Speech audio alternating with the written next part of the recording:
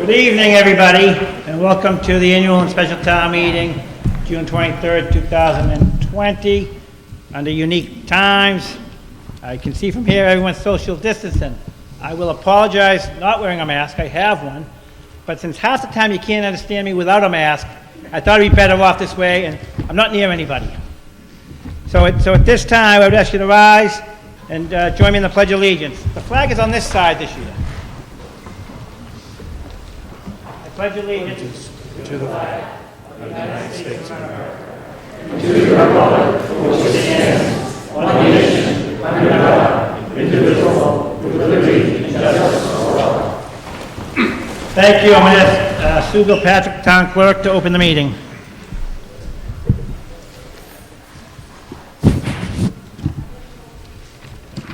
Greetings. In the name of the Commonwealth of Massachusetts, you are hereby directed and notified to warn the inhabitants of the town of East Bridgewater, who being qualified to vote in elections and town affairs, to meet at the Junior-Senior High School, 143 Plymouth Street, in said East Bridgewater, on Tuesday, the 23rd of June, 2020, at 7 p.m. Then and there to act upon the enclosed articles to wit. You are directed to serve this warrant by posting copy thereof attested by you in writing in each of the 8 public places in the town of East Bridgewater at least 14 days before the time for holding the meeting called for the warrant. Herefore, fail not and make due to return this warrant with your doings thereupon, Town Clerk of said town, on and before the 8th day of June 2020, given unto the hands this 8th day of June in the year of our Lord 2020, the Board of Selectmen. Thank you, Ms. Gilpatrick. Now, at this time, I'll entertain a motion to suspend the annual town meeting. And the reason I would like a motion second for that is that we're going to get to the special first and go right back to the annual. Motion been made, seconded, all in favor? Aye. All right, so we're going to go to Article 1 of the special town meeting. And if you don't know, we normally have a quorum requirement of 150 on specials for certain things. Under state guidelines and with town approval, we reduce that to 10% of that, which is 15 people, which we certainly have here.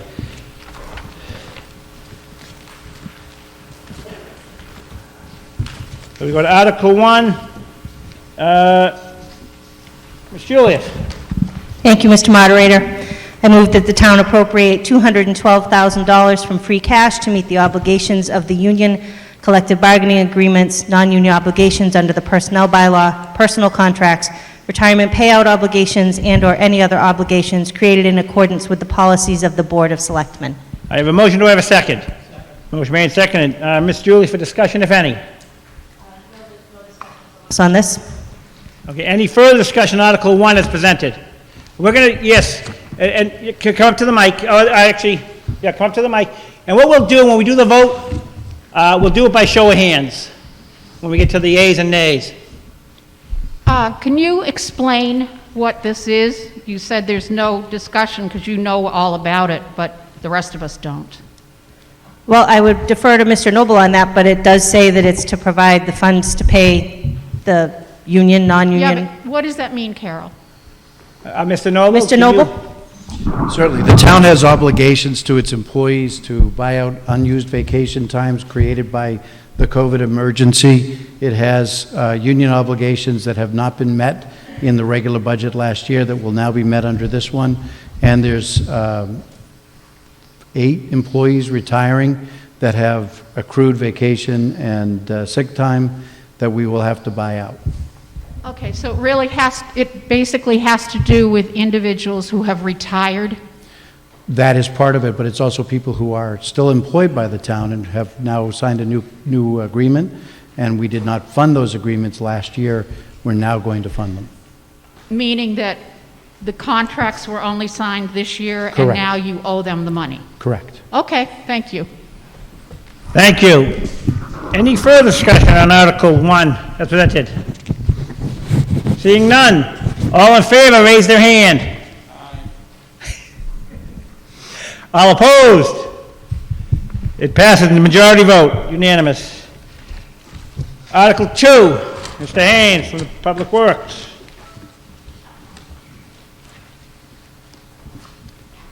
I move that the town vote to transfer from free cash the sum of $147,874.65 to the FY 2020 snow and ice budget to cover a deficit created by the winter snow removal. I have a motion, do I have a second? Motion made and seconded. Mr. Haynes for discussion, if any. No discussion. This is just to cover our annual winter operating costs that exceed the allocated budget amount. Thank you. Any further discussion on Article 2 as presented? Seeing none, all in favor, raise their hands. All opposed? Passes unanimously, it's majority vote. Article 3, Teresa Marsden School Committee. I move that the town vote to transfer from free cash the sum of $163,384 to the account number 1-301-3966-5760. I have a motion, I have a second. Motion made and seconded. For discussion, if any. Ms. Mott, do you have any explanation? You all set? It's explained in the warrant. Any further discussion? Seeing none, all in favor, raise your hand. Okay. Opposed? Passes unanimously, majority vote. Article 4, School Committee. Apparently you and Mr. McLaughlin tonight. I am Mr. McLaughlin this evening. Mr. McLaughlin is traveling.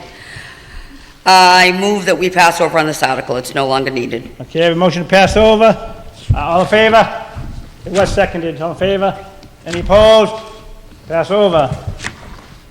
Article 5, Ms. Holbrook, Library.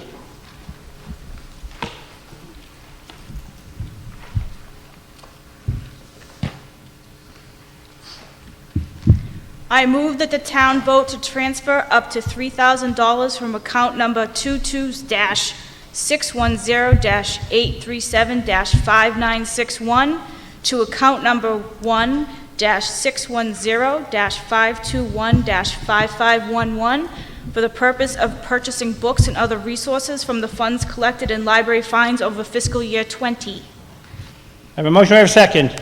Motion made and seconded. For discussion, if any, Ms. Holbrook. It's just to allow the library to put that money back into additional resources. Any further discussion on Article 5 as presented? Seeing none, all in favor of Article 5 presented, raise your hand. Opposed? Article 5 passes. Article 6, Mr. Haynes.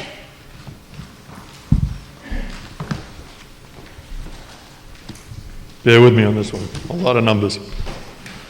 I vote that the town transfer from account 38-450-1128-3509, Spring Street Water Main, the amount of $69,676.68, from account 38-450-1160-593 Walnut Street Water Main, the amount of $3,813.22, and from account number 38-450-38-453-5913 South Street Water Main, the amount of $52,119.74, to account number 38-450-38-454-5913, repair and replacement and improvement water infrastructure, for a total transfer in the amount of $125,609.64.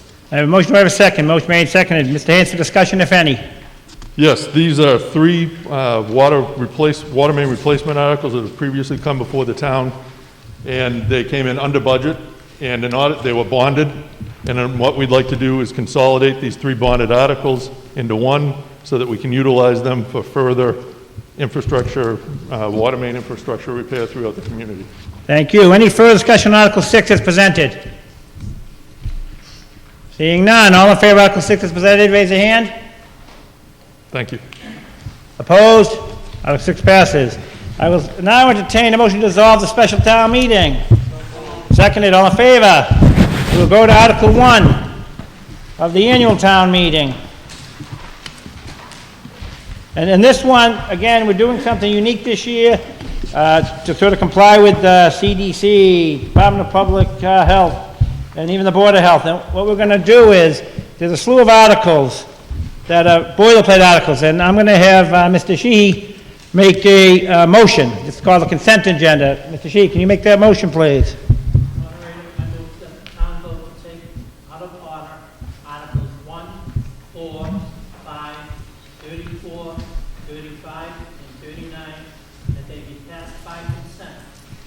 accordance with the motion shown in the 2020 Bridgewater Annual Town Meeting consent agenda, distributed to town meeting attendees this evening. As the moderator said, these are just articles that we have every year. Let me get a second first, Dave. Motion a second. Okay, Dave, go ahead, if you want. We have every year at the annual town meeting. Royal Place, as the moderator said, and again, to try and move this along, putting them all together Do I have any further discussion on, this has been allowed by the state over the past few years. Other towns I know have used it. It's a good idea to take some of the boilerplate, especially in today's day and age. Any further discussion on article? This is called the consent agenda. It covers those articles. Any further discussion on the consent agenda as proposed, as presented? Seeing none, all in favor of the consent agenda as presented, say aye, raise your hands. Even though I'm going to get to have it. Opposed? That passes. So we've taken those out. Now the next one we have, you should have got another, I believe you've got another handout that says motion to pass over. These are articles that may take longer, but can wait until a safer time, let's say. And they're articles that they're important to the town, but because of the length of discussion that they can create, we could be here all night, which again, city, state, town, federal government doesn't want people lingering as long as possible, except if you're at the beach. You can go on, you can hang out there. So, David, you want to make that motion? Articles 12, 13, 14, 17, 18, 21, 23, and 41. Do I have a second? Motion made, seconded.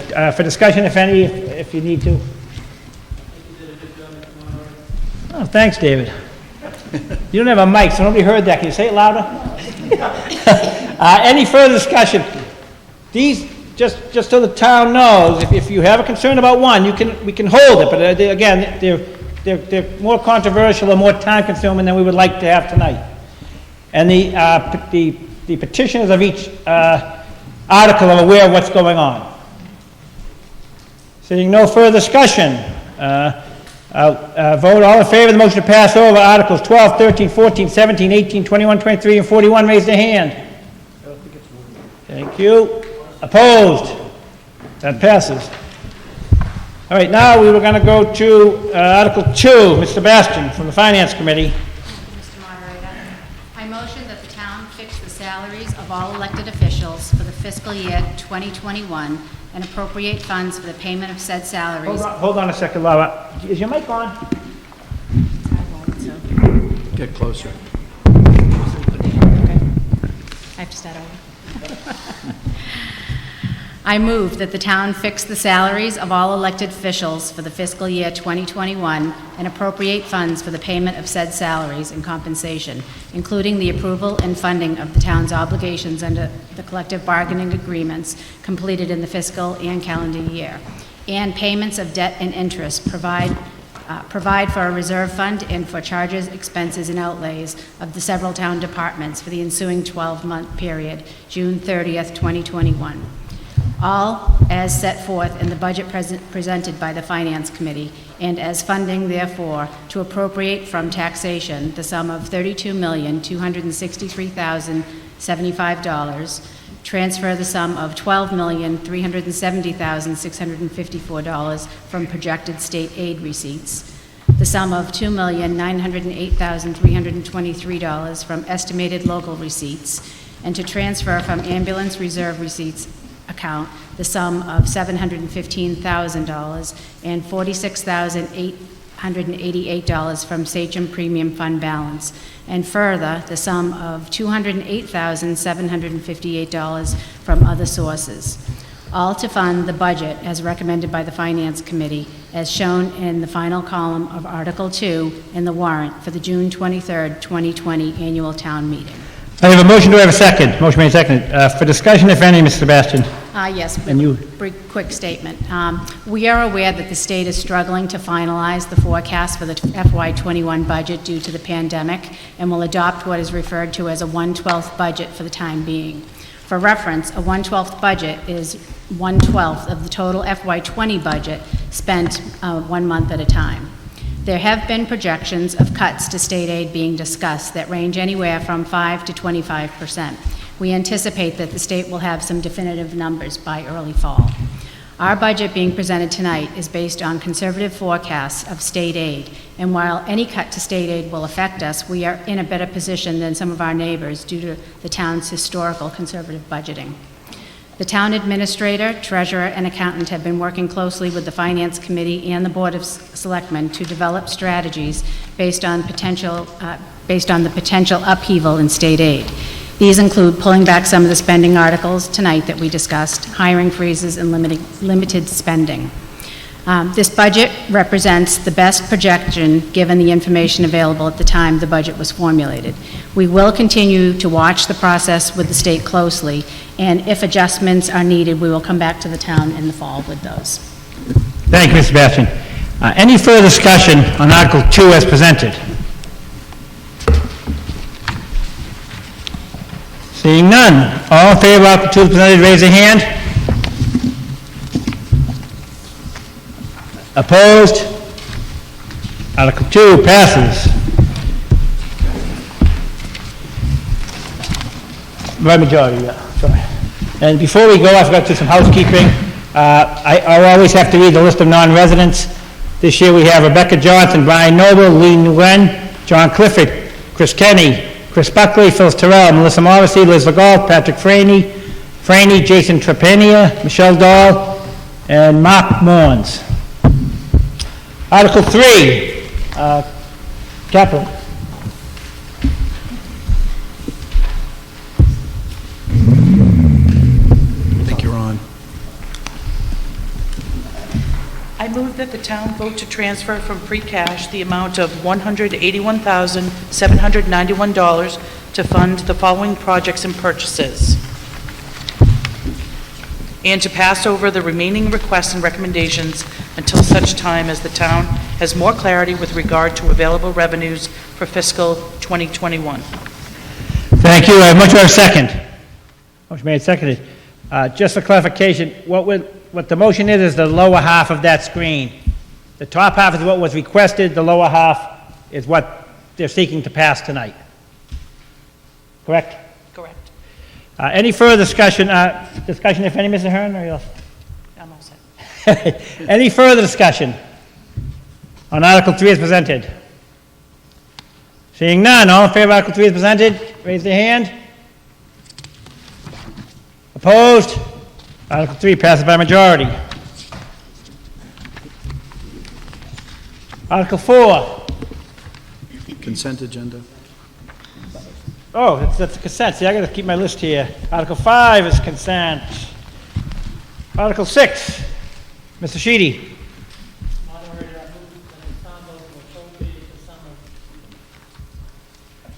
Hold on a second. Dave, oh, wait.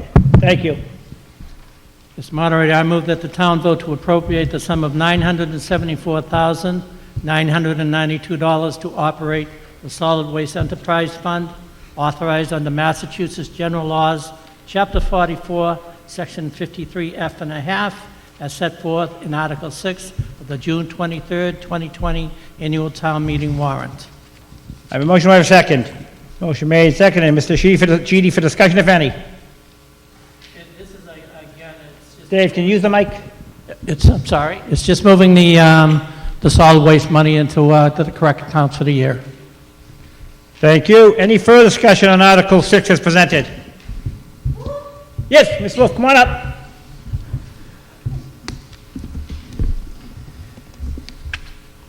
I just wanted to make sure that the amount in this enterprise fund is actually covering the full solid waste management costs for the town, because I do know that recycling costs have skyrocketed, as well as tipping fees, et cetera. And I just wanted to know if this was the totality of the expense to our community. David? I'll defer that to Town Administrator, Mr. Noble. Thank you. Based on our best estimate of the cost of recycling at this time, yes. And solid waste? And solid waste. At the moment. Any further discussion on Article 6 as presented? Seeing none, all in favor of Article 6 as presented, raise their hand. Opposed? Article 6 passes by majority. Article 7, Mr. Sheedy, you get them all. Mr. Moderator, I move that the town vote to appropriate the sum of $2,815,920 to operate the Water Enterprise Fund authorized under Massachusetts General Laws, Chapter 44, Section 53F and a half, as set forth in Article 7 of the June 23, 2020 annual town meeting warrant. I have a motion, do I have a second? Motion made, seconded, for discussion, if any, Mr. Sheedy?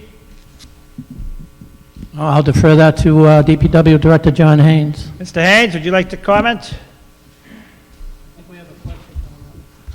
And actually, why don't we see if there are any questions, John? Any further discussion on Article 7 as presented? Seeing none, all in favor of Article 7 as presented, raise their hand. Opposed? Article 7 passes by majority. Article 8. Mr. Haynes. I move to pass over this article at this time. Motion passed over. Do I have a second? All in favor? Opposed? Article 8, we're passing over. Article 9. Town accountant. Should we? Mr. Spagone. Oh, Pete, I'm sorry.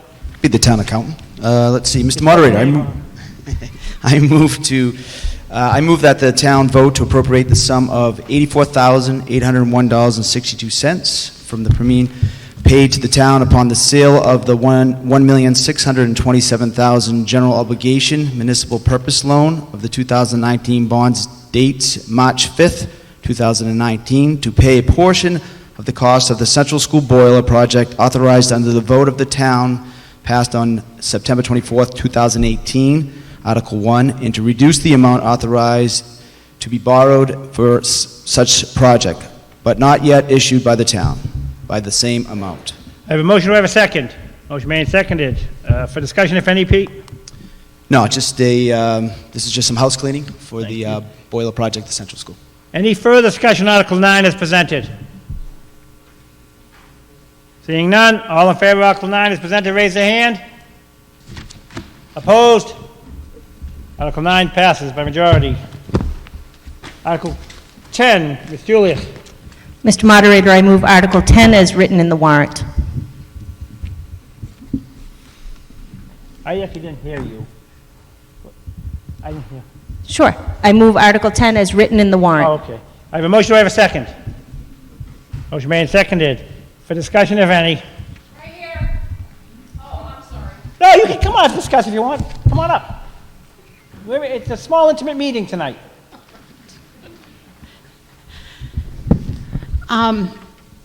As an accountant myself, I'm very familiar with unclaimed property, and corporations are required to submit those to the state after 3 years at a minimum. Why? I tried to research this on the state website, the DOR. I couldn't find it. So how come municipalities get to keep money that has been paid to them but not, or that they paid out but didn't cash? What this is you write a check to somebody and you realize they don't cash it. Well, what the town is saying is they're going to keep your money. They're not going to notify you that it never got cashed. That's not true. That's what my understanding is. Mr. Noble, I'll defer to you. Thank you. Instead of, all the same rules apply. In 2016, the state of Massachusetts authorized municipalities to become the custodian of unclaimed property for checks written by the town particularly and never cashed. But the same obligation to notification and to publicly post still lies with the town.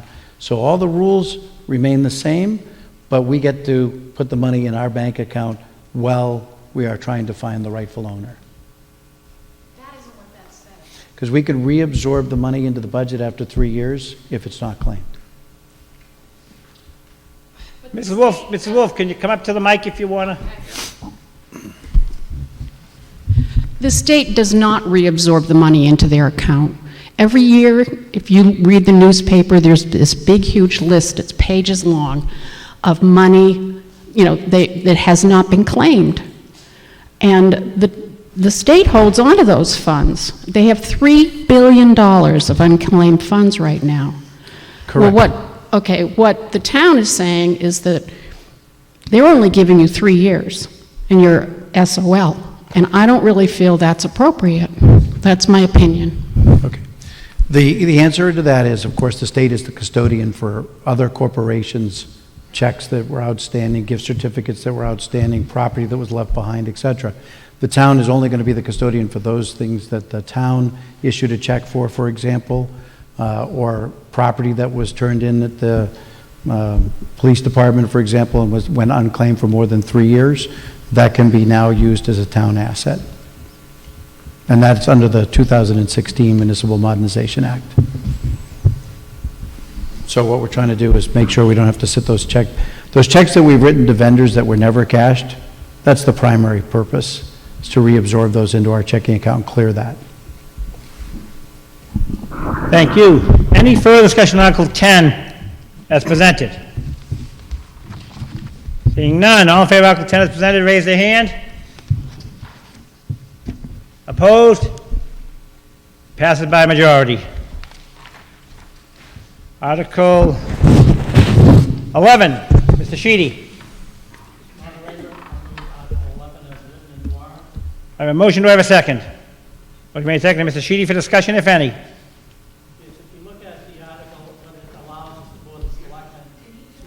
Your mic's David, not your on. mic's not on. Thank you.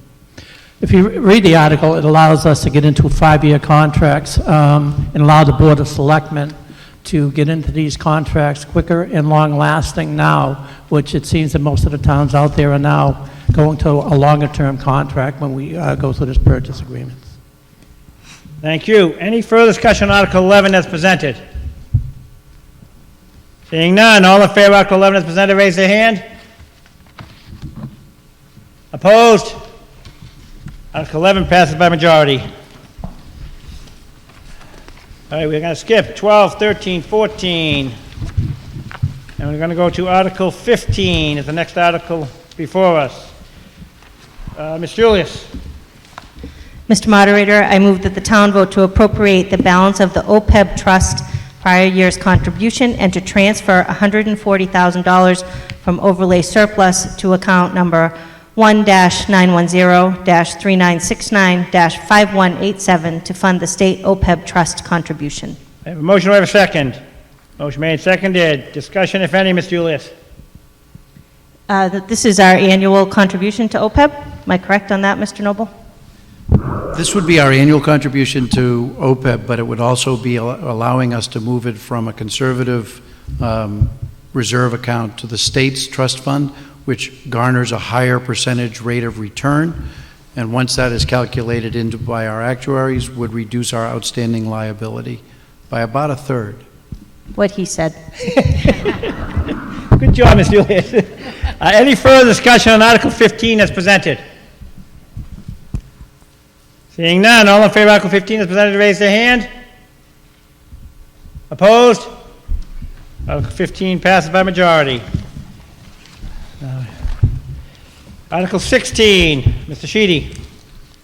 Mr. Moderator, I move that the town vote to accept the provisions of Massachusetts General Law, Chapter 64L, Section 2, and authorize the town to impose a local sales tax on restaurant meals at the rate of 0.75% of the gross sales receipts effective upon the action of the Department of Revenue in accordance with Chapter 64. I have a motion, do I have a second? Motion made, seconded. For discussion, I'm going to go to Mrs. Sebastyn first from the Finance Committee. Right, if you bear with us, we have a quick presentation we just want to make on the local meals tax. First, I want to say that between at least the Finance Committee and the Board of Selectmen, this is something that we've been working on for years. Michelle Ahern, I think, has been kind of one of our folks that have been spearheading this, along with several other committee members, former, that have passed. So it's nice to see it finally come to fruition. So if we go to the next slide. You gotta pull your mic. We can go to the next slide. There we go. So again, we just want to do a really quick update and let you know kind of a little bit some of the details on the local meals tax. So meals taxes apply to purchase of prepared foods for immediate consumption. It doesn't apply to grocery store type food, and it is a tax. We already pay a state meals tax. So if you're going out to a restaurant today, that's already existing, and that's a 0.625% of your bill. The local option meals tax that we'd be proposing is a 0.75%. It is paid by the consumer. We already pay the state part of the sales tax, and this would be for the local portion. Go to the next slide. Why do we need the local meals tax? To put it very bluntly, we need the revenue. As we just mentioned in the previous article, we have an OPEB liability that we have to pay. OPEB, which stands for Other Post-Employment Benefits, our current liability for the town of East Bridgewater is $65 million. The article that we just passed previously will help reduce that, but it is a far cry from what the total amount of the liability is. Basically, this revenue could help us pay that liability down. This is a very, obviously, high-level view of the state of everybody, all of our surrounding towns that have local meals tax. So everybody in blue already has this local option. If you want to go to the next slide. This is us. This is our neighborhood. And I think you can see the little island in the middle there. My red ring fell off, but that little white blob in the middle is East Bridgewater, with the exception of Hanson, right next to us. Everybody else pretty much around us has had the local option meals tax. Some recently within the last couple of years, but most have had it for a while. Go to the next slide. This again is just a quick snapshot of 2019 revenues that some of our local neighbors have collected. You'll see that most of the folks around us are in the $150,000 to $200,000, $300,000 annual range. So this is money that all of our neighbors are collecting, but we're not collecting. Next slide. So this is our example. So myself as a commuter, when I go to work every day, I will willingly admit I stop at Dunkin' Donuts every single day. I go down 106 to West Bridgewater heading to 24, and I stop at Dunkin' Donuts. And in West Bridgewater, I pay local option meals tax on my cup of coffee. I couldn't tell you who had it before I started this and who didn't. Weekends, I like to go to Crystal's Kitchen, maybe Boston Tavern. So in that area, I'm paying West Bridgewater's local option meals tax. They're collecting revenue off me going to those establishments. So anytime, and actually I thought of another one after the fact, Market Basket. How many of us like to go to Market Basket and buy some of their prepared foods? That is all local options meal tax that we're paying in those other surrounding towns like West Bridgewater. Next slide. We, East Bridgewater, have a great thoroughfare, Route 18, 106. We have great restaurants, great function halls, coffee shops. We have a lot to offer. And we have a lot of folks coming down Route 18, coming down 106, that are stopping and utilizing our establishments. And they're getting their cup of coffee at Dunkin' Donuts, Restoration Coffee. They're having their weddings at the Villa, et cetera. But they're not paying a local options meals tax in East Bridgewater right now. So every time anybody from coming to those establishments, they're not contributing to that revenue. Go ahead. So we don't want to put any more taxes on the homeowner. So again, when we talk about liability like OPEB, right now that has to be paid as part of our budgeting process, and right now it's paid by you, the taxpayers. If we help pay our neighbors' taxes and their liabilities, why can't we ask them to help pay ours? Again, if you saw Ripper referred back to the map, we're pretty much one of the only ones left in the area that do not collect that tax. You can go back, next slide. So a few quick questions that might come up that have come up in discussion about this. How much will East Bridgewater potentially collect? We've done some quick back-of-the-napkin math on some of the meals tax that we already collect, and we could roughly anticipate collecting about $250,000 annually on that local options meals tax. And again, when we're talking about utilizing it for the OPEB liability, that could help substantially. Again, how will it be used? It is our intention, or the intention of the town, to utilize that revenue to pay down that liability. How is the meals tax collected? The meals tax, both state and local, are paid by the consumer and collected by the restaurants and passed on to the state of the locality. They already collect that state portion of the sales tax. It usually comes down to just a programming change on their cash registers, and then it just becomes part of their regular process that they already are doing. And when you start talking about, well, I noticed the tax, we talk about this a lot amongst ourselves. When we personally talk about going out to eat, majority of us probably don't even look at the tax existing on the bill today unless we use it to cheat to figure out the tip. Just some examples. A cup of coffee is 2 cents. If you take your family out and get pizza, a $25 order at Vikings might be 19 cents. A nice dinner out with the family, $125.94. So to the individual, it really isn't a big effect, but when you start aggregating it, $250,000 annually is real money, and it's real money that we feel we've been leaving on the table for quite a while, and we feel that it's time. Any questions? Thank you. Any further discussion on Article 16 as presented? Yes, sir. Identify yourself and your street address, please. Miles Seeger, 318 West Union Street. My question for the Finance Committee would be, obviously, when I was on the board, we certainly did our research and reached out to other towns. I see pretty much every other town besides, say, Hanson and I think Holbrook locally don't have it. Did anybody on the Finance Committee reach out to those towns and see why Hanson might not have it, or Holbrook? Is it something maybe that where there's not a main road that really goes through Hanson? Could it be that? I'm just a little curious to kind of get the mindset. And also, has anybody spoken to restaurant owners in town to get their input on it? Thank you. I'll actually defer your first question over to Mr. Noble, because I believe he's had some experience with town administrators.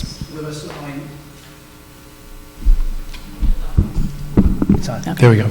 To the best of my knowledge, it's never been brought forward in Holbrook, and it's never been popular at the Finance Committee and the Board of Selectmen in Hanson. And to answer your second part of the question, we have not directly spoken with the restaurateurs. Mr. Hager, again. Is this something maybe that could be tabled until the fall to get some input from the restaurant owners and maybe other folks in town besides just the Finance Committee? Excuse me a minute.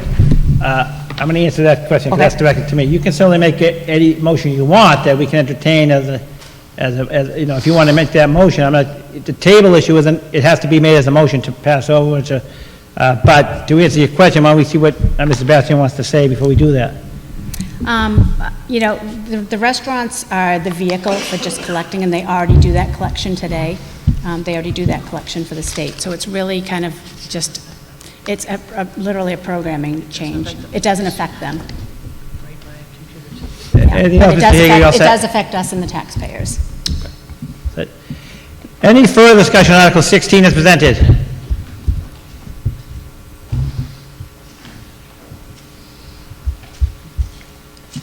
John Margie, 17 Lane. You talk about the money going, wording in the article, it would require that to be actually done. I think it might be a good idea because the OPEB has been so dissed for all these years. Mr. Noble, I'm not sure you can earmark it for one particular. Thank you. Mr. Noble. Originally, Mr. Margie, that was part of the original enabling legislation, but the courts ruled that the town meeting has to appropriate that money every year. So it'll be our discipline to bring it to town meeting every year and commit that money to paying the OPEB. And I commission you to make sure we do. Understood, and I'll take that for the next year or two anyway. Thank you. Thank you, John. Any further discussion on Article 16 as presented?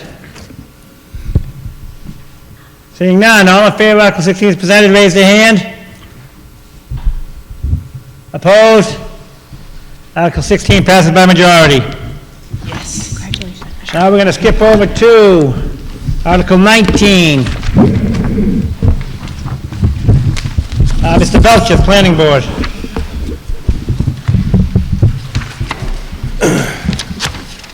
Article 19, to see if the town will vote to amend the zoning map by changing the existing zoning district from Industrial 1 to Residence R2, as shown in the current East Bridgewater zoning map, further described herein.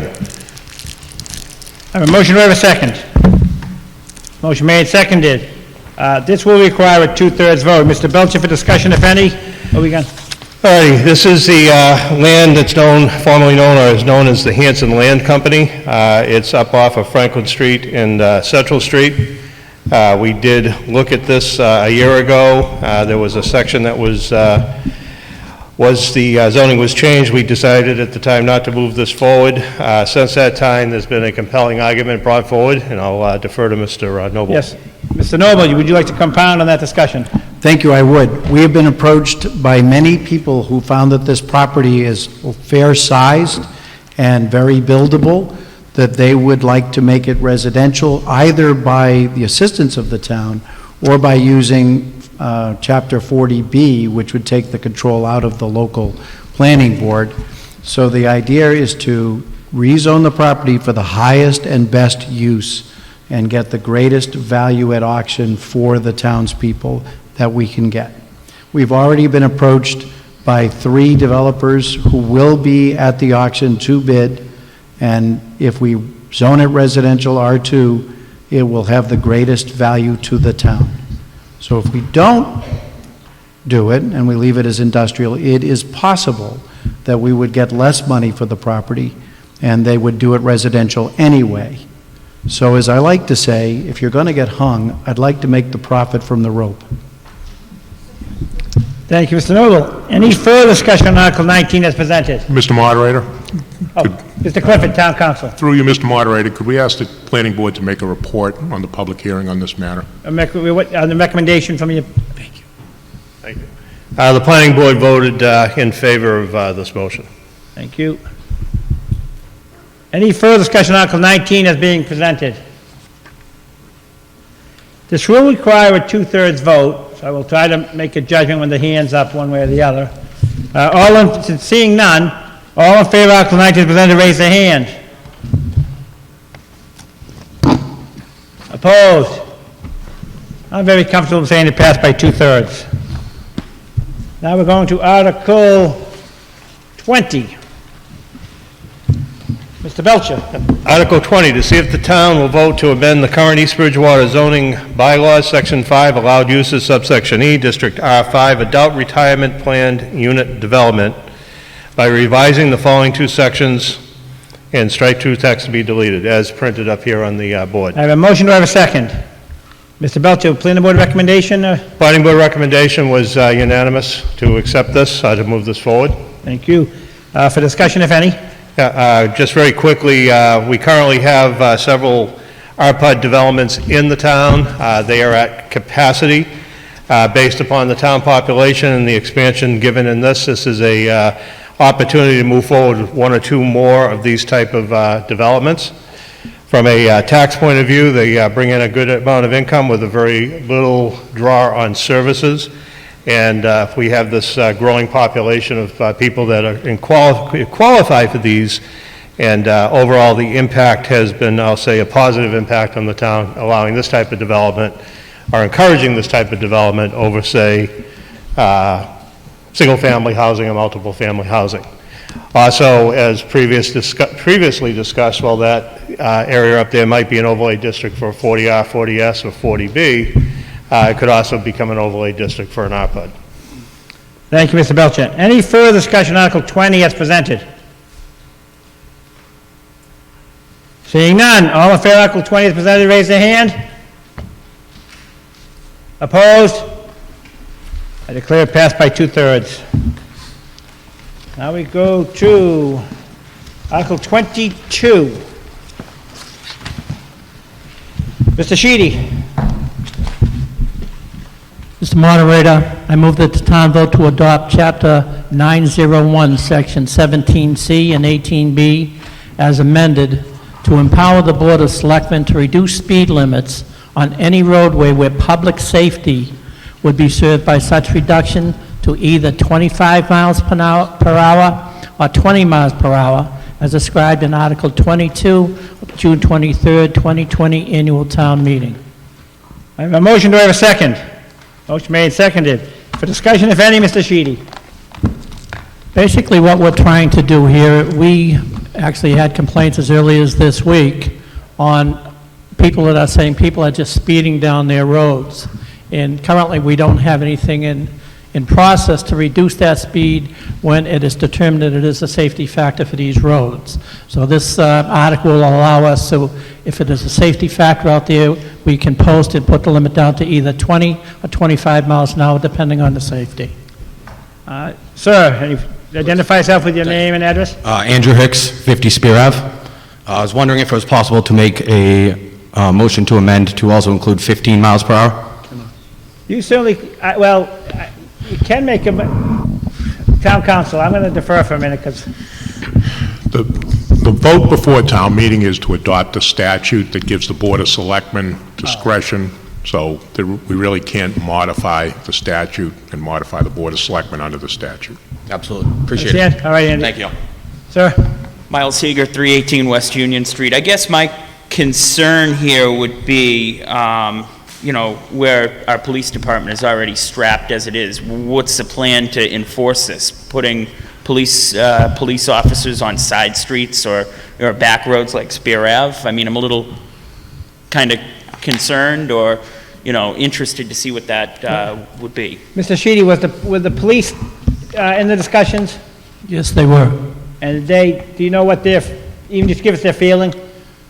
They didn't oppose this? We haven't put an exact plan down there, but we get lots of calls constantly. When these calls come in, we will have the police go down and take a look at that area and see if it is a safety factor, and they'll take appropriate action. But I don't believe that the police are going to park in every street in town to see if it's a safety factor. It will be as either the police or the residents see a problem, they'll report it accordingly.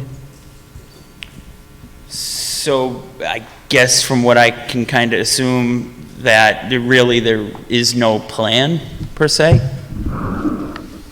The plan is if either the police or a residents report that, we will take appropriate action at that time.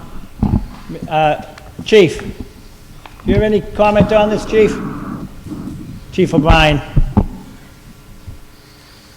Yeah, whenever residents call in, we respond to that area. It doesn't matter whether it's a side street, Spear Ave. If they're having issues there, we'll be there. Thank you, Chief.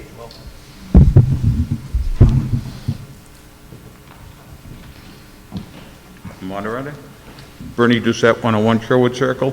I was told years ago, down in Plymouth Street, I tried to get that down 40 miles an hour. That's 40 miles an hour when my son was hit by a vehicle. And they told me they couldn't do anything. It had to go through Old Colony traffic out of Brockton. It couldn't, the town can't just say that they want to try to set the speed limits. Plymouth Street is the state highway. This is referencing any road that's not a state highway.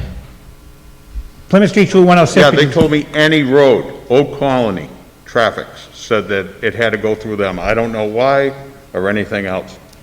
I can answer that, Dave. So I think you have to look more into it. Let's defer this to Mr. Clifford, Town Council. Mr. Clifford.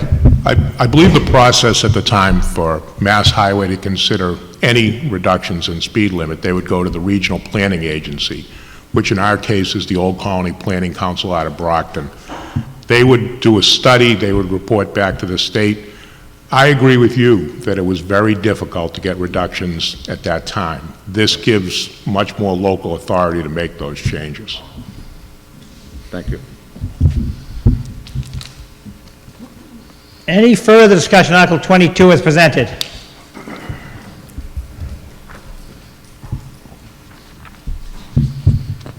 Kathy Wolf, Laurel Street.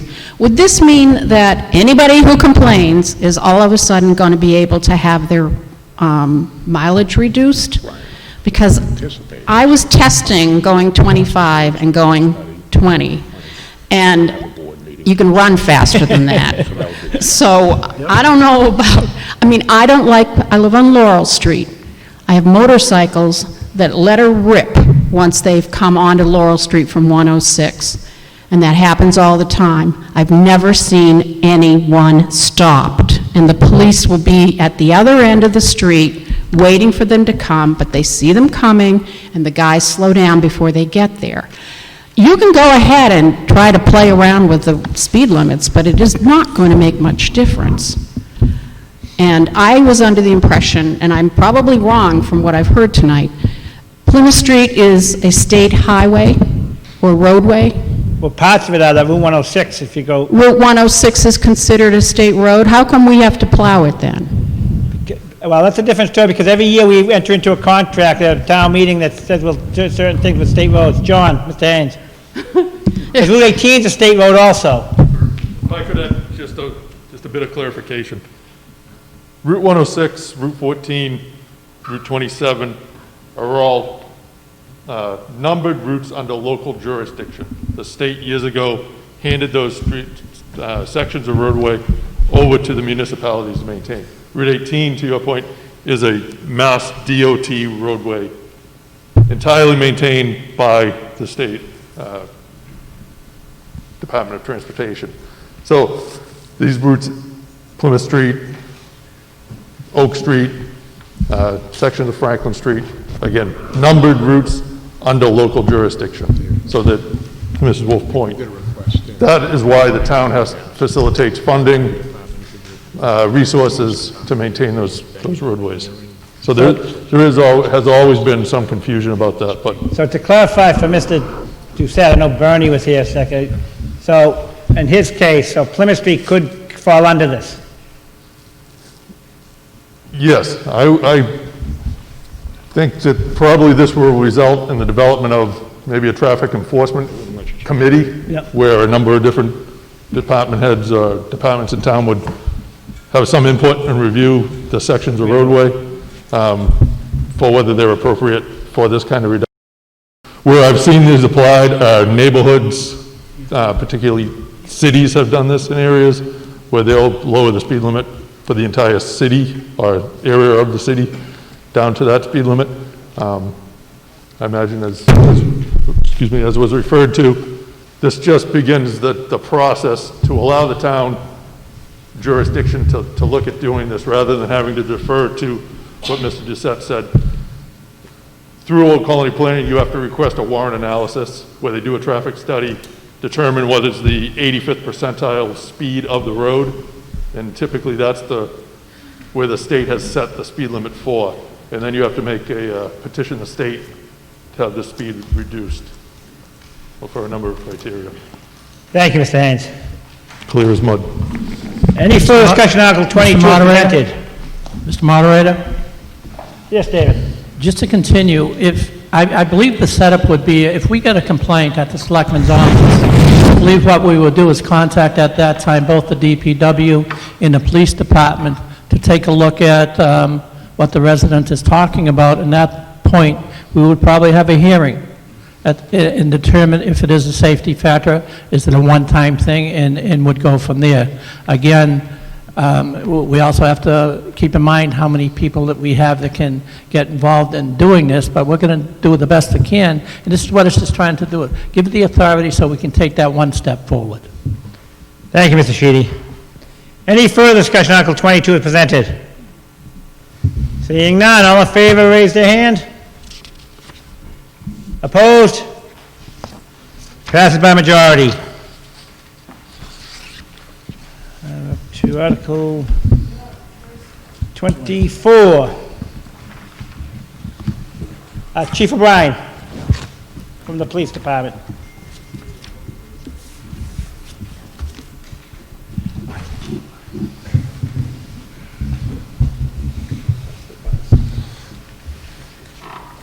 Chief. Mr. Moderator, we make a motion to pass over this article. Motion to pass over, I have a second. All in favor? Motion passed over. Thank you, Chief. Article 25, Mr. Sheedy. Mr. Moderator, I move Article 25 as written in the warrant. I have a motion, do I have a second? Motion made, seconded. For discussion, if any, Mr. Sheedy. We have a piece of property up on Leland Farms that we lease every year for agricultural purposes, and the statute requires us to renew this every 3 years, which I think we've got away from that a little bit, but this article allows us to get the authorization and to put out bidding for that piece of property under Massachusetts General Law 30B, and it would have to be renewed every 3 years. But now we're going to go out for a bid. Thank you. Any further discussion on Article 25 as presented? Seeing none, all in favor of Article 25 presented, raise their hand. Opposed? Article 25 passes by 2/3 majority. Article 26, Mr. Hearn. I move Article 26 as written in the warrant and to authorize the town clerk to add the appropriate section as codification standards require in the town bylaws. I have a motion, do I have a second? Motion made, seconded. For discussion, if any, Mr. Hearn. This is a new bylaw that we would like to have be used. With all the employment laws changing, this personnel bylaw would go through the Board of Selectmen instead of the previous bylaw. Thank you. Any further discussion on Article 26 as presented? Ms. Wolf. I'd like a little more explanation because I read it over carefully, and it basically says that the town administrator will have total control over all these personnel issues, and I'd just like an explanation of what that really means. Mr. Noble. Thank you very much, and thank you, Mrs. Wolf, for bringing that forward. The bylaw that we currently have was written many years ago. Employment law is changing very quickly these days, and we need to go change policies sooner than waiting for an annual town meeting to change the bylaw. So the solution is to adopt a bylaw that authorizes the Board of Selectmen to create employment practices and policies, and that as the chief personnel officer of the town administrator be empowered to act under the direction of the Board of Selectmen and in compliance with the Selectmen's policies. Those policies would be adopted through a personnel advisory committee that would also be established by the Board of Selectmen so that there would be additional oversight and continuity in the wage and classification system of the town, how job descriptions are written, and the management plan that follows. Any further discussion on Article 26 as presented? Seeing none, all in favor of Article 26 presented, raise their hand. Opposed? Passed by 2/3. Article 27. And I think we're passing. Make a motion to pass over. I'll entertain a motion to pass over. Passing over, we need to have a motion. Ms. Julius. Mr. Moderator, I move to pass over this article. Motion to pass over, do I have a second? All in favor, raise your hand. Opposed? Passes by majority. Article 28. Mr. Spallone. Mr. Moderator, I move that the town vote to authorize the Board of Selectmen to petition the Massachusetts General Court for special legislation as set forth in Article 28 of the June 23, 2020 annual town meeting, provided that the General Court may make clerical and editorial changes of form only to the bill unless the Board of Selectmen approve amendments to the bill before enactment by the General Court, provided further that the Board of Selectmen is authorized to approve amendments which shall be within the scope of the general public objective of this petition. I have a motion, do I have a second? Motion made, seconded. For discussion, if any, Mr. Spallone. Yes, so having only been on the job for a very short period of time, I was made aware that in 2016 the state voted to allow the municipalities to have a broader range of investments or vehicles open to them, so the town would like to take a look at the potential of doing that. Thank you. Any further discussion on Article 28 is presented? Seeing none, all in favor, raise their hand. Opposed? Article 28 passed by majority. Article 29, Ms. Holbrook from the library.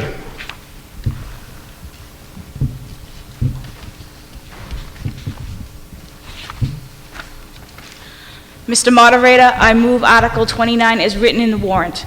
Motion, do I have a second? Motion made, seconded for discussion, if any, Ms. Holbrook. This is to revise the wage and classification table for the library staff.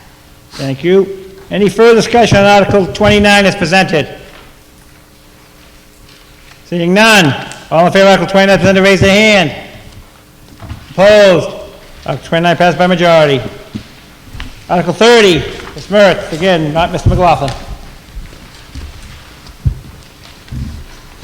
I move the town vote to transfer $200,000 from the general fund to account 22-330-602-4971 for the purpose of augmenting the school district reserve fund for unanticipated or unbudgeted costs of special education as established at the annual town meeting of 2018. I have a motion, do I have a second? Motion made, seconded for discussion, if any. This is just adding funds from when this account was established 2 years ago so that a unplanned out-of-district placement or the like would not have a negative impact on the budget. We could use this revolving reserve fund to handle those costs. Thank you. Any further discussion on Article 30 as presented?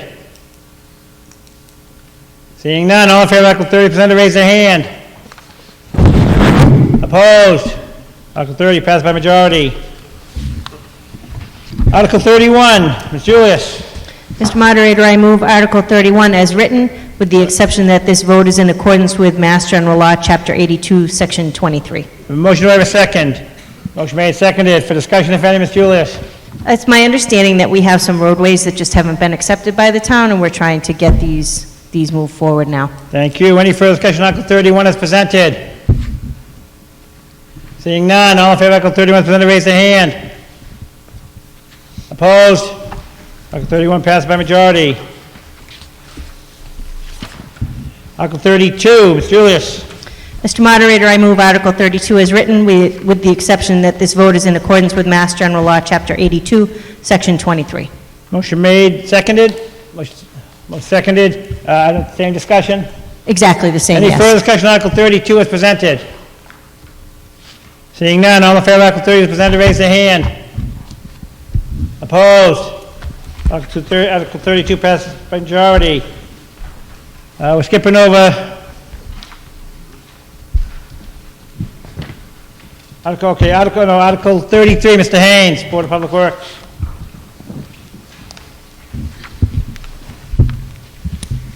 I move Article 33 as written in the warrant. I have a motion, do I have a second? Motion made, seconded for discussion, if any, Mr. Haynes. This is just to convey an easement for an existing town drainage outlet that would then allow the property owner to convey this to a conservation trust. Thank you. Any further discussion on Article 33 as presented? Seeing none, all in favor of Article 33 as presented, raise their hand. Opposed? Article 33 passed by majority. We will skip over 34, 35. We're on to 36. Smarts. Mr. Moderator, I move that Article 36 as printed in the warrant. Thank you. Do I have a second? Motion made, seconded. Mr. Moderator, we actually have to read. Do we have to read that whole thing, John? Tried to get away with it. I know, I tried. I thought we might be able to. I hate to invoke bond counsel, but they're the ones who make us do these things. I move that the town appropriate the amount of $2,317,712 for the purpose of paying costs of replacement of the roof at the Central Elementary School at 107 Central Street, inclusive of associated plumbing, HVAC, fire protection, and finish work, including the payment of all costs incidental or related thereto. The project, which proposed repair project would materially extend the useful life of the school and preserve an asset that otherwise is capable of supporting the required educational program, and for which the town may be eligible for the grant from the Massachusetts School Building Authority, said amount to be expended under the direction of the School Building Committee or School Committee. To meet this appropriation, the treasurer is authorized to borrow this amount under MGL Chapter 44 or pursuant to any other enabling authority. The town acknowledges that the MSBA's grant program is a non-entitlement discretionary program based on need, as determined by the MSBA, and any project cost the town incurs in excess of any grant approved by and received from MSBA shall be the sole responsibility of the town. Provided further that any grant that the town may receive from the MSBA for the project shall not exceed the lesser of 57.74% of the eligible approved project cost as determined by the MSBA, or the total maximum grant amount determined by the MSBA, and that amount of borrowing authorized pursuant to this vote shall be reduced by any grant amount set forth in the project funding agreement that may be executed between the town and the MSBA. Do you have a motion? Do I have a second? Just for clarification, in the past, we've always gone to the Finance Committee for the recommendation, but it's printed in the warrant, so that's why we're cutting that out also. For discussion, if any. This is for the replacement of the central school roof, and we were luckily approved again through MSBA, so we will get reimbursed 57.74% of the cost. Thank you. Any further discussion on Article 36 as presented? Mr. Nelson. Just a quick question. Are they going to replace that roof with a slate roof like what's there, one for one? I have to defer to John on that one. John, you want it, Mr. Shea? Short answer to it, John? No, do you have a short answer? No, it's not going to be a slate roof. What is it going to be then? Well, now you have to. John, right, Mr. Kiley here? Here he comes. He was hiding in the back. We haven't heard from him all night. Facilities manager, Mr. Kiley. We've looked at numerous options for that roof. Slate is very expensive. Yes, we got 60 years out of that, but currently MSBA would not approve such an expenditure, so we're looking at a 30-year asphalt shingle, fiberglass shingles. What's the cost going to be in 30 years for asphalt again? In 30 years, I don't know. Thank you, Mr. Kiley. Any further discussion on Article 36 as presented? Seeing none. Oh, I'm sorry, Mr. Hager. Just out of curiosity, Miles Heger, 318 West Union Street. What is the lifespan left for the central school? The building itself or the roof? The building itself. Does anyone want to venture? Mr. Kiley, they asked you to come down again.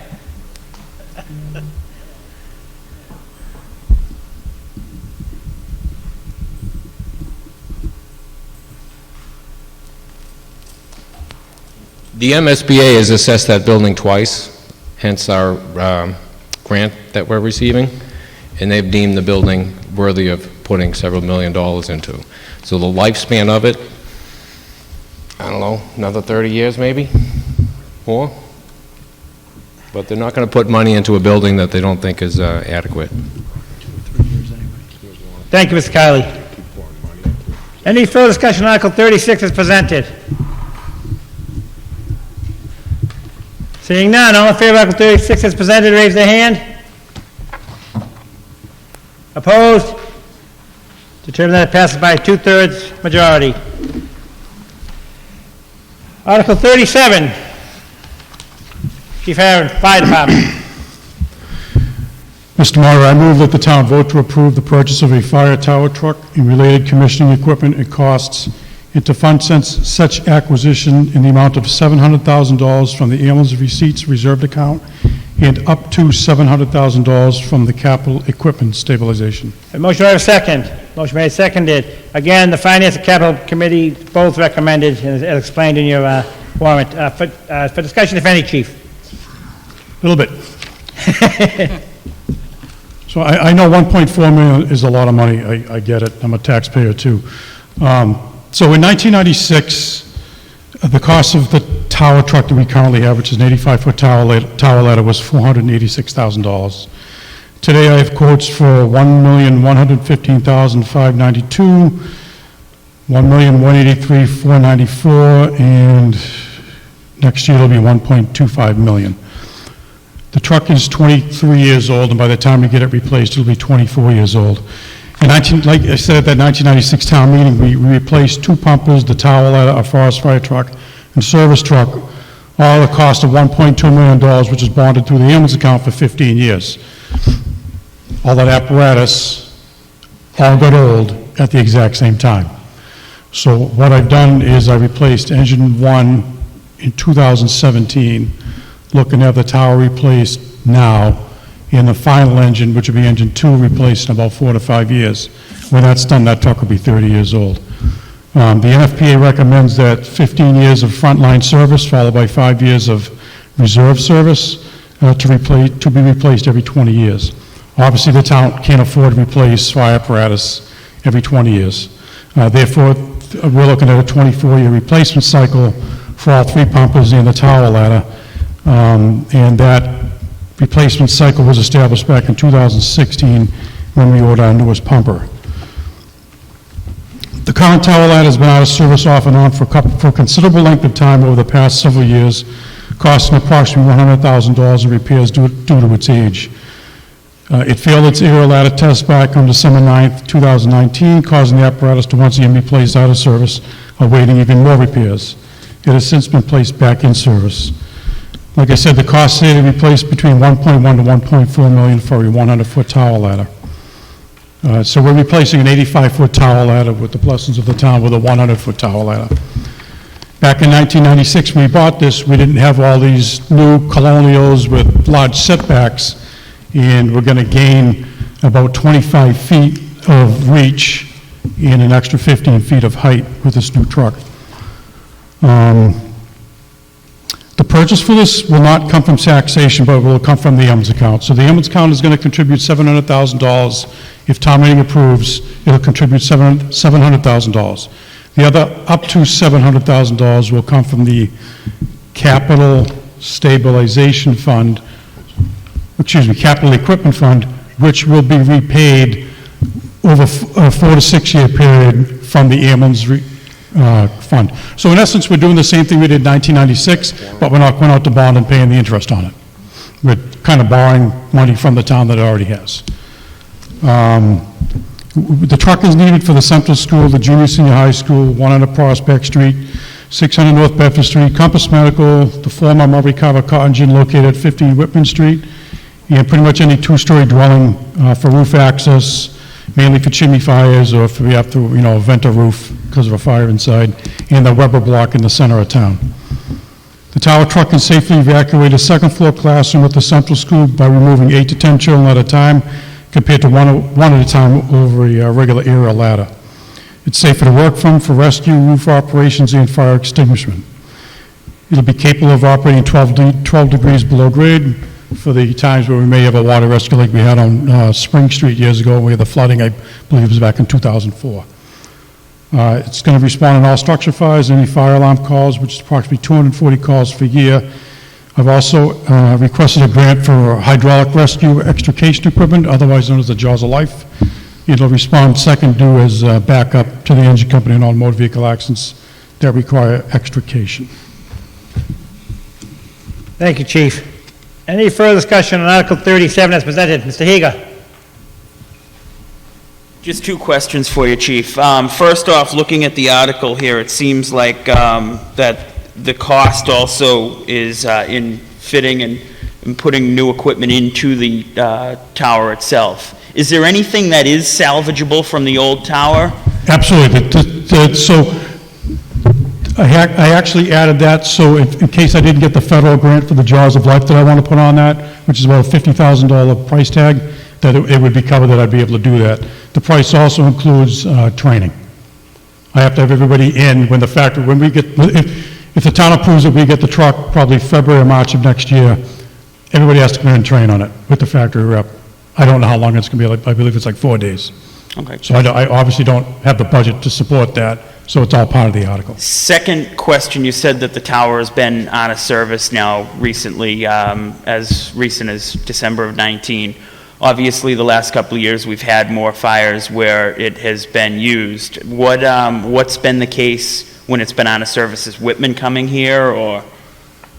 Yeah, so luckily, when it was out of service, we didn't have any house fires or any building fires in town when it was out of service, with the exception of maybe one. Yeah, mutual aid came in for that. However, there were several occasions where we weren't able to provide mutual aid because the truck was out of service as well. Thank you. Thank you. Any further discussion on Article 37 as presented? Ms. Wolf? Chief, can you just back up so you can use the mic? Okay, we're already paying a couple $100,000 in debt service for the fire department. Do you know how much additional burden this is going to put on it? Because what happens when we pass a budget is the debt service only shows up this year as a single number. It's the principal, and then there's another line for the interest. It's not detailed, which it has been in the past, and actually I kind of like that. I went back and checked past years to see what kind of equipment we'd been buying. But so what happens is, you have a $3 million budget approximately, and of that budget, you're not reflecting additional expenses for capital. How much is it going to add to the debt burden for your proposed $1.4 million tower truck? Plus, am I to assume we have no other ladder trucks? Is that what you're telling me? That this is the only piece of equipment that has a ladder on it? Wow, that's bad. Chief, if you I'm want... going to answer your second question first. We have other fire trucks that have ladders, but they're not 100 feet long. Well, yeah, they're called ground ladders.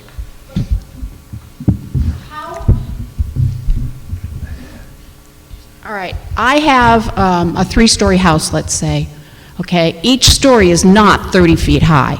So even if it was 15 feet between each floor, that's only 45 feet. So why do I need a 100-foot ladder if the tallest building in East Bridgewater is, let's say, 70 feet tall? Chief? So it's not necessarily the height of your building, it's also the setback from the street. I can't park this truck on someone's front lawn and raise the ladder out to get to the roof of a house or to get to a window to, rescue somebody. The longest ladder we have, which is on our tower truck, is 35 feet. All the other fire trucks carry either a 24-foot or a 28-foot extension ladder. Your first part of the question, the debt part, correct me if I'm wrong, Mr. Noble or the Finance Committee, this will add no debt to the town. We're not going out to bond for this. This is being paid for wholly through the ambulance receipts reserved for appropriation. Thank you, Chief. We're not bonding this. We have the money for this. Any further discussion? Mr. Wolf, but direct it through me, please. I've been under the impression that the ambulance receipts help offset the cost of running the department in the first place. So if you get $700,000, which is around what you bring in, I thought that helped with the $3 million you're already spending.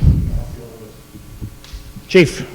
So currently, as of July 19th, there's $1,646,321.49 in the AMS account. We've already voted to transfer $715,000 out of that account to offset the town's budget, so to say, which is approximately 25% of the operating costs of the fire department. With the additional $700,000 that would come, up to $700,000, with the additional $700,000 that's coming out of that for the half of the ladder truck, it'll leave the balance today at $231,321.49. We bring in right now, to date, we've brought in $967,246.26, and that's actually low. And it's low because with the COVID-19 pandemic, surprisingly, people weren't calling ambulance because they didn't want to go to a hospital. It should be more like $1,037,000 what we'd be bringing in yearly. So there's ample funding available to continue to fund the town's budget every year and to pay for this, and to replace an ambulance in 2 years, and a fire truck in 5 years. Thank you, Chief. Any further discussion on Article 37 as presented? Seeing none, all in favor of Article 37, raise their hand. Opposed? Article 37 passes by 2/3 majority. Thank you for your support. Article 38, Solbrook Library.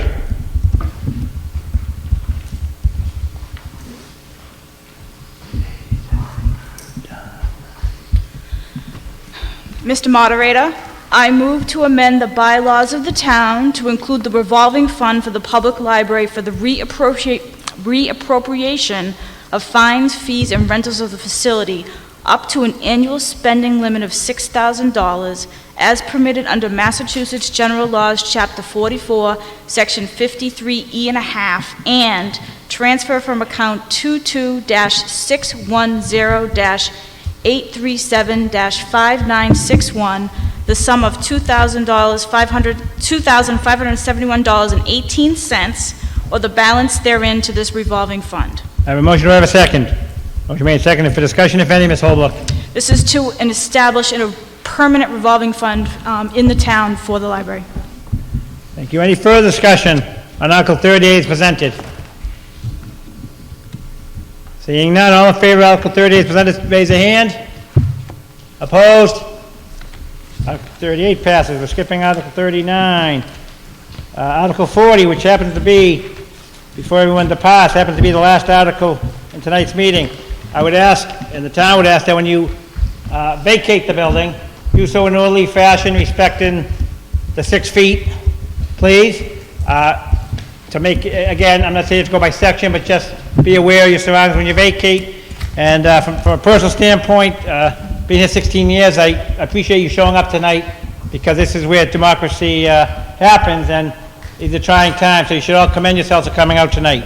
On that take, we'll take the last article tonight, Mr. Spagone, Article 40. Mr. Moderator, I move to amend Article 3, Section 4 of the bylaws of the town by eliminating the quorum therein contained.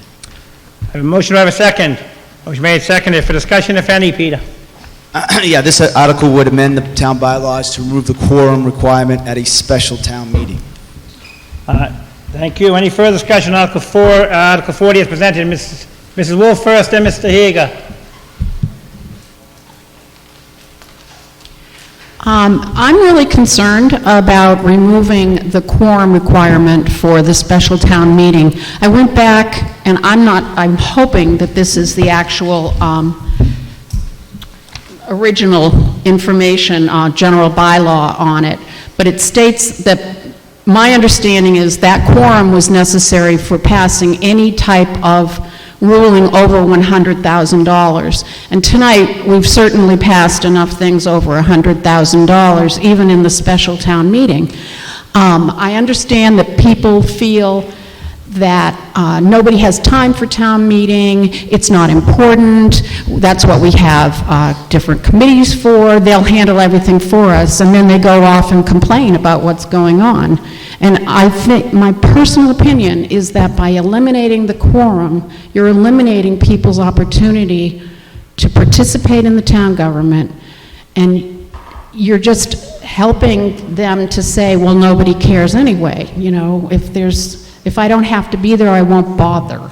And I think we need more people to bother rather than to just slough off the responsibility of being a citizen.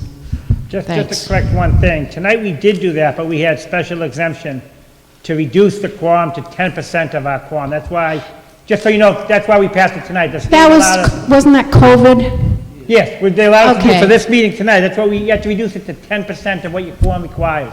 So our quorum requires 150 in special, so we reduce it to 15. So you're saying... No, just for tonight. When you say we passed those things. I understand that. The new rules for tonight only. That was for tonight only, but this article would move forward, will eliminate it. Yes, it would. And when you have articles in excess of $100, $200, $300,000 that you're going to have 10 people in the hall pass on? This would coincide what we have for the annual. We do not require a quorum at all for the annual either, so this is going to be, that would be in line with that. My understanding, that's the intention. All right, Mr. Looney, I respectfully do not agree with you. I understand, yes, that's what it means. However, I don't think that's the best thing for the town. Oh, I'm not saying I agree one with the other, I'm suggesting that's what they're trying to do. Mr. Hager? I'd just like to echo Ms. Wolf's sentiments. I don't think a quorum, passing over a quorum is a good idea going forward. Any further discussion on Article 40 as presented? Seeing none. All in favor of Article 40 as presented, raise their hand. Please keep up just for a minute so I can see everybody. Thank you. Opposed? We're going to count. I have 3 tellers that were sworn in. Mr. Walsh, Mr. Hastings, and Mr. Shea. Because Mr. Shea and Mr. Hastings count that one. And then John, will you jump over with David and count that one? And you and David count the middle after? So everyone in this section in front of me here, raise their hand in favor. Just make sure they're not a match up, John and Scott. Raise them high so they can see them.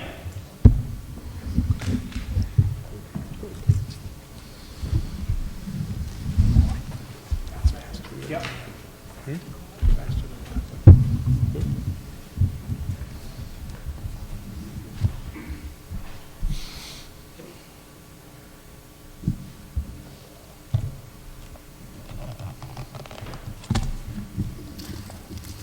I need the number for this section here in favor. So.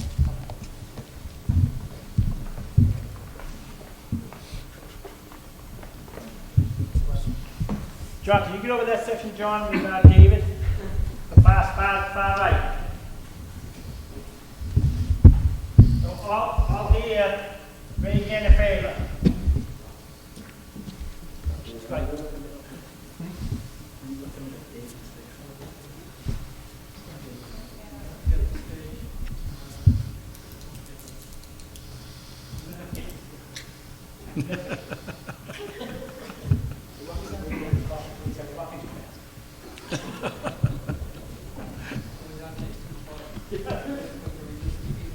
John, you get that number for me? Very slow. And David, you and Scott take care of the middle. All in favor, raise your hand, and up back, if you're in this voting section, raise your hand. You guys get the upstairs too, putting up this. John. All in favor, here, raise your hand.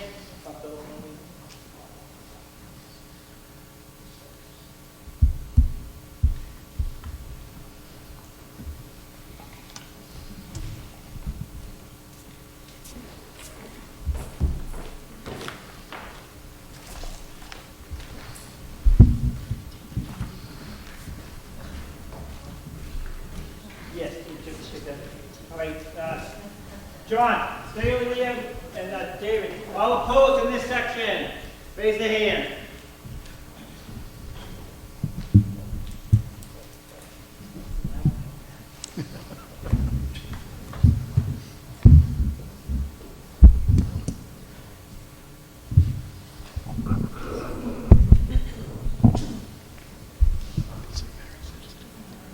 I know what you're running, John.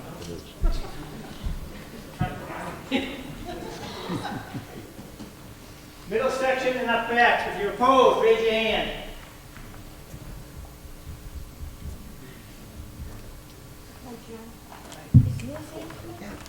Of course, the interesting argument that having a quorum makes people show up. It doesn't. No. Wait, is it? This section, if you're opposed, raise your hand, please.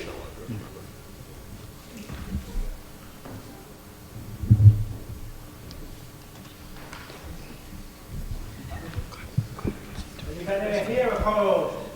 Raise their hand. Let me put my Weymouth education to work here. So, in favor, 41, opposed, 23. Motion passes by majority. I'll entertain a motion to dissolve the annual town meeting. Motion made, seconded, all in favor. Thank you very much, have a safe summer.